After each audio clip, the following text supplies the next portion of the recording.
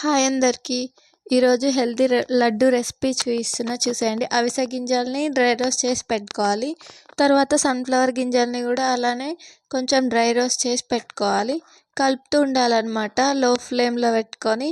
ఈ అవిసె గింజలు, సన్ఫ్లవర్ గింజలు వీటి వల్ల మనకి చాలా హెల్త్ బెనిఫిట్స్ ఉన్నాయి.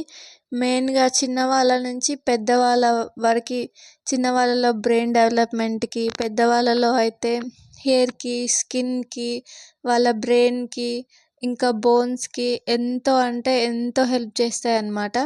ఈ అవిసె గింజలు కానీ, సన్ఫ్లవర్ కానీ, పొద్దుతిరుగుడు గింజలు కానీ వీటి వల్ల చాలా హెల్త్ బెనిఫిట్స్ ఉన్నాయి. వీటిని చాలా రకాలుగా తీసుకోవచ్చు. నేను ఫర్దర్ వీడియోలో కూడా షేర్ చేస్తాను. తర్వాత పంకిన్ సీడ్స్, గుమ్మడి గింజల్ని వీటిని కూడా డ్రై రోస్ట్ చేసుకోవాలి.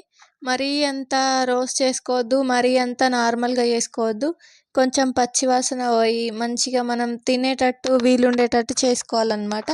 అంటే ఈజీలీ ఒక 5 minutes లో టు మీడియం ఫ్లేమ్లో పెట్టుకొని వాటిని రోస్ట్ చేసుకుంటే చాలు. ఇట్లా రోస్ట్ చేసుకున్న అన్నిటిని ఒక పెద్ద గిన్నెలో వేసుకోవాలి. తర్వాత చియా సీడ్స్, నేను చియా సీడ్స్ని ఒక 100 grams తీసుకుంటున్నా. వీటన్నిటిని పావు కేజీ తీసుకొని వీటిని 100 grams తీసుకుంటున్నా.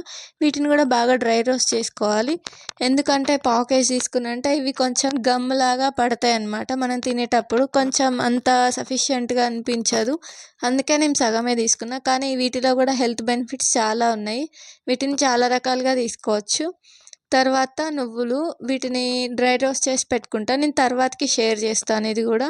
వీటన్నిటిని మనం డ్రై రోస్ట్ చేసుకున్న అన్నిటిని మిక్స్ చేసుకొని ఫ్యాన్ గాలికి కానీ నార్మల్గా చల్లారేంత వరకు పక్కన పెట్టుకోవాలి.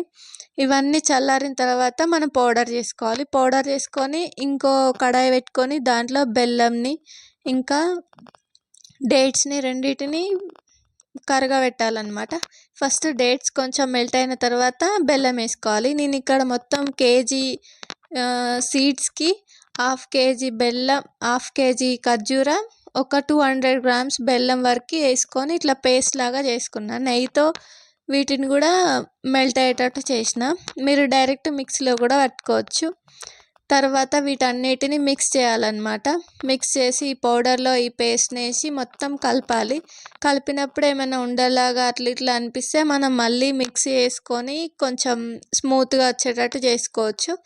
ఆ తర్వాత మనం నెయ్యితో కానీ లేకపోతే ఆయిల్తో కానీ లేకపోతే నార్మల్గానైనా మనకు నచ్చిన సైజులో లడ్డూలు చేసుకోవచ్చు. అట్లా చేసుకున్నా కానీ మనకి మంచిగా లడ్డూలు వచ్చేస్తాయి.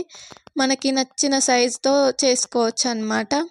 ఇది రోజు ఒక లడ్డు పిల్లలు కానీ పెద్దలు కానీ తింటే చాలా హెల్త్ బెనిఫిట్స్ ఉంటాయి. చాలా మంచికి, మన హెయిర్కి, స్కిన్కి, మన బోన్స్కి, మన బ్రెయిన్కి ఎన్నో రకాలుగా యూస్ఫుల్ ఉంటుంది అన్నమాట. ట్రై చేయండి. తర్వాత ఇంకో రెసిపీ వచ్చేసి నువ్వులు వేయించుకున్నా కదా ఇందాక, ఆ నువ్వులని కొంచెం బాగా వేగేంత వరకు వేయించుకోవాలి. ఆ తర్వాత మనం కాజును కూడా వేయించుకోవాలి. నేను నువ్వుల చిక్కీ చేస్తున్నాను అన్నమాట. 2 లడ్డూలు ప్లస్ నువ్వుల చిక్కీ. బాదం, కాజును కూడా బాగా వేయించుకోవాలి. వేయించుకొని వాటిని 2గా తీసుకొని కొంచెం చల్లారేంత వరకు పెట్టుకోవాలి. చల్లారిన తర్వాత అప్పుడు మనం బెల్లం పాకలో ఇవి రెండింటిని మిక్స్ చేస్తామన్నమాట. నేను ఇక్కడ 200 grams నువ్వులు తీసుకున్నా, 100 grams కాజు తీసుకున్నా. దానికి ఒక 250 grams బెల్లం తీసుకున్నా నేను. మనం కడాయిలో ఒక 250 grams బెల్లం వేసుకొని కొన్ని వాటర్ వేసుకోవచ్చు. ఇక్కడే నచ్చితే నెయ్యి కూడా వేసుకోవచ్చు, లేకపోతే తర్వాతనైనా యాడ్ చేసుకోవచ్చు. 250 grams బెల్లంలో చిన్న గ్లాసులో సగం వాటర్ వేసి మనం కలుపుకోవాలి. అది మెల్ట్ అయ్యేంత వరకు కలుపుకోవాలి. మనం బెల్లం పాకం కరెక్ట్గా వస్తే చిక్కీ సరిగా వస్తుంది. లేకపోతే లూజ్ అయిపోయినా టైట్ అయిపోయినా కానీ మనం తినడానికి అంత వీలుగా ఉండదు అన్నమాట. వీటిని బాగా కలుపుకుంటూ ఉండాలి బెల్లం కరిగి పాకం వచ్చేంత వరకు. మనకు పాకం వచ్చిందని ఎట్లా తెలుస్తుందంటే, ఒక గిన్నెలో కానీ గ్లాస్లో కానీ వాటర్ వేసుకొని మనం టెస్ట్ చేసుకుంటూ ఉండాలన్నమాట. 2 minutesకి ఒకసారి బెల్లం అంతా కరిగిన తర్వాత ఈ బెల్లం రసంని కొంచెం ఈ పాకంని కొంచెం ఆ వాటర్లో వేస్తే అది ముద్దలాగా కట్టిందనుకో, అప్పుడు మనకి బెల్లం పాకం కరెక్ట్గా వచ్చినట్టు. మనం అప్పుడు ఈ నువ్వుల ఉండల్ని, ఈ కాజుని, హాఫ్ కట్ చేసుకున్న కాజుని కూడా వేసుకొని అందులో కలుపుకోవచ్చు అనమాట. ఇప్పుడు నాకు ఇక్కడ వచ్చింది చూడండి, బెల్లం పాకం ముద్దగా వచ్చింది. వచ్చిన తర్వాత నేను వెంటనే ఇంకా కాజుని కానీ ఈ నువ్వులను కానీ అందులో కలిపి మిక్స్ చేసుకొని కొంచెం కొంచెంగా ఫస్ట్ నువ్వులు వేసుకొని తర్వాత కాజు వేసుకున్నా. ఇవి రెండు కాంబినేషన్ చాలా టేస్టీగా ఉంటుంది, హెల్తీ కూడా. తర్వాత అది మిక్స్ చేసుకుంటూ పక్కనే ఇంకొక గిన్నెకి నెయ్యి అప్లై చేసుకొని ఈ మిక్స్ చేసుకున్న ఈ మిక్స్ని మొత్తం ఆ ప్లేట్కి అప్లై చేసుకోవాలన్నమాట.